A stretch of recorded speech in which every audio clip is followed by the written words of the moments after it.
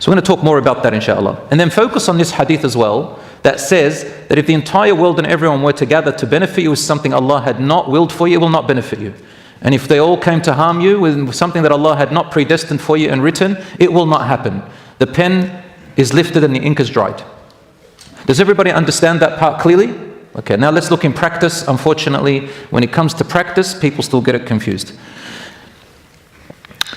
So what we're going to talk about tonight is, what does Islam say about energy healing, healing through meditation, healing through Reiki? It's a law similar to yoga. Law of attraction, manifestation, astro projection, astrology, yoga, and the likes. All of these have a connection to this idea called the law of attraction and manifestation. There is a beautiful book by a good friend and very well learned expert in atheism and scholar of ideologies, Sheikh Haytham Talat. He wrote a book called Spiritual Atheism.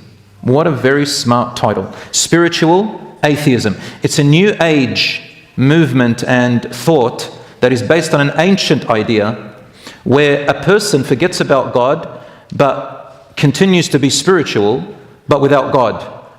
It's called spiritual atheism. Keep God out of the picture and remain spiritual. And it stems from the ideas of Buddhism, Hinduism, and others. And all of these, they include law of attraction, manifestation, zodiacs, astrology, positive and negative energy. You know, somebody, they say, I feel negative energy in here. My family is toxic. They just give me negative vibes. My work colleagues at work fire this person, that person. Why? Negative energy. Husband and wife, it's toxic, negative energy. Wow, when I'm around this person, it gives out such positive energy. Energy is not a thing, by the way. Did you know that? Energy is nothing. It's not really tangible in science. It's nothing. It's just a capacity that something can do something. So when I move, it's a capacity. It's called energy, but it's not really a thing that you can touch. It's nothing. So when you say energy, there's nothing really there. It's just a capacity. But anyway, we'll talk about that a bit more. I don't want to lose you. What does Islam say about it? Do we believe in it? Do we not?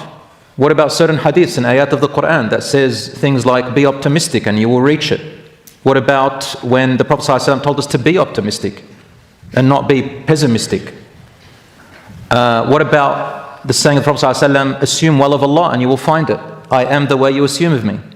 Isn't this all part of this idea of if you do something, something will come for you, or you'll attract it? What does Islam say about all these practices? Yoga, astro projection, and energy healing, meditation, and so on. There's a book that was released in 2000, based on a film in 2006 called The Secret by Rhonda Byrne, claiming to reveal the great mystery of the universe. Obviously, it's a pseudoscience book. It has nothing to do with science, but it uses scientific language.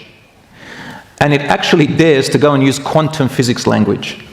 Because that's how it is, right? When I want to bring an idea to you, I've got to convince you. And by the way, this is all commercialized now. The law of attraction is commercialized. There's coaches, there's people who offer you courses to go and do healing classes.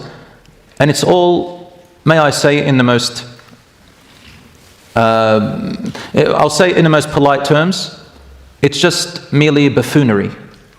You know what buffoonery is? When a buffoon talks like that.